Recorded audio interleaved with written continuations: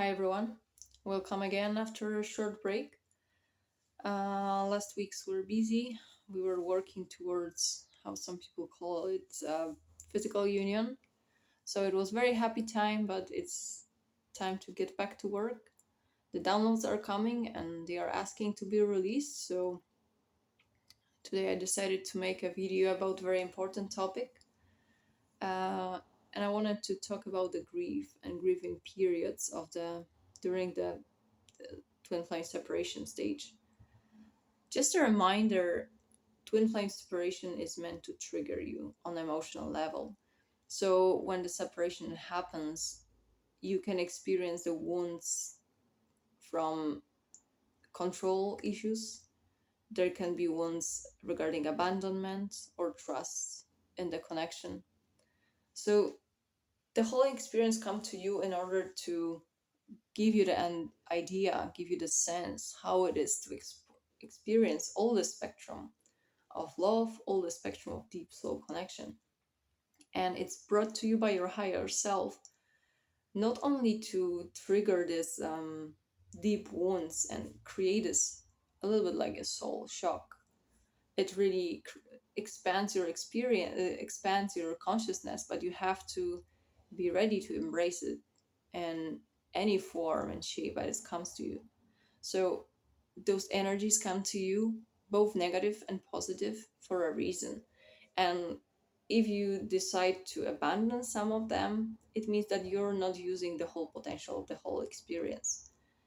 Um, so after separation, many people have a tendency to withdraw emotionally and maybe turn back um, and abandon the experience altogether, or maybe they focus too much on spirituality and decide to focus only on that part and detach completely uh, from emotional part of the experience, while it has to be this balance, and it has to be addressed. Like all parts of the experience have to be addressed, and we very often we talk about the balance between mental work that is done during the journey as well as spiritual work.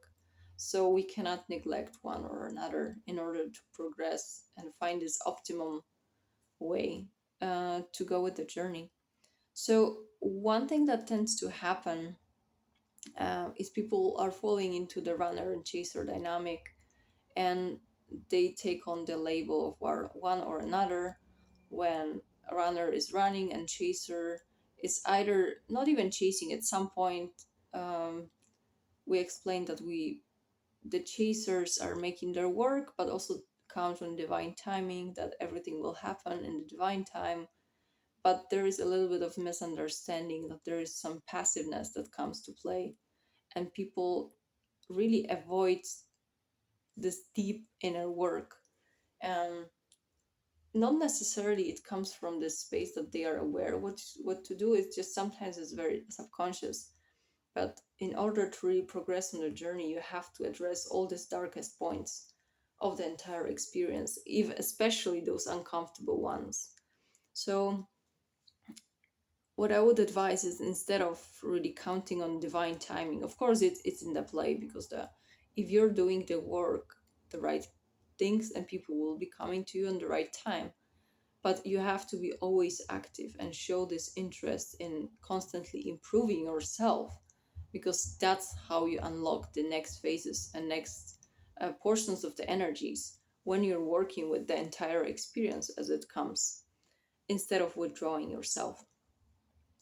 And I would call experiences grief as probably the ultimate step of the surrender stage, because once you acknowledge that some part of the journey is coming to an end and you're embracing it as it comes, it helps you to see the reality how it is, instead of seeing it how you would like it to be, or how you wish to be.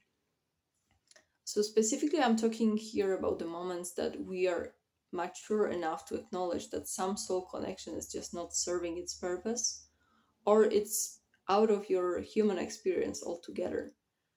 And it may trigger some people, but I think I really encourage people to do maybe research or a little bit of inner work or retrospection over your soul connection that you currently are in.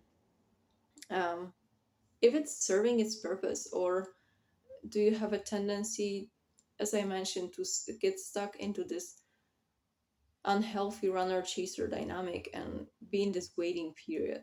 It's, I think we are talking a lot of spiritual maturity and mental maturity. And this is one part of the experience to um, be ready for the next stage. And sometimes getting to the next stage is a little bit painful, but remember, it's just our human perspective. So evolution is just throwing you those experiences, all of them for your benefit. And as the sooner you can get over um, the experience as it comes to you, the sooner you can get to the next one.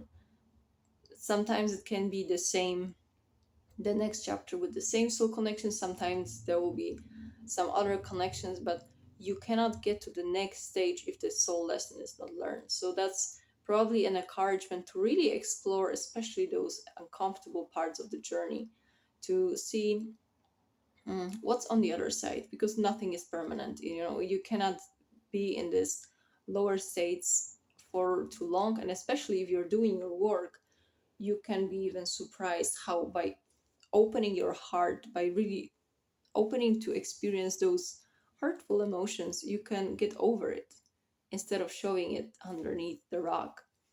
Um, so I came across a very nice psychological term, which is called ambiguous grief.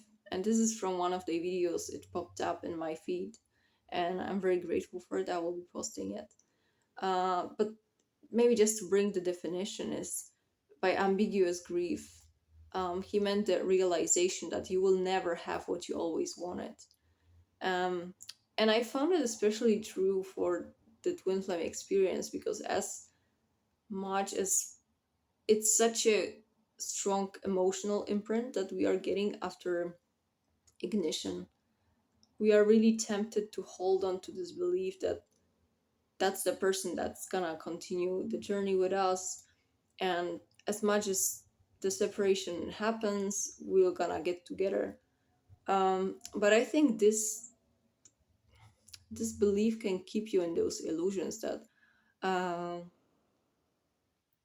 I don't have to do anything, and things will be kind of aligning in the divine timing. I'm gonna reunite with my twin. But it keeps you out of the reality, because you're not allowing yourself to, as I said, to experience the whole spectrum of the journey. So just imagine, by keeping yourself in the illusion that the separation is not really happening, or the connection is not over, just keep in mind, are you talking about the connection with the divine and connection on energetic level with the soul that is expressed as this specific human body? Or are you projecting your wishes towards a specific person? Because we were talking several times that the twin flame experience is not related to the specific person. It's your energetic footprint that it's mirrored to you by another human being that is on the same vibrational level.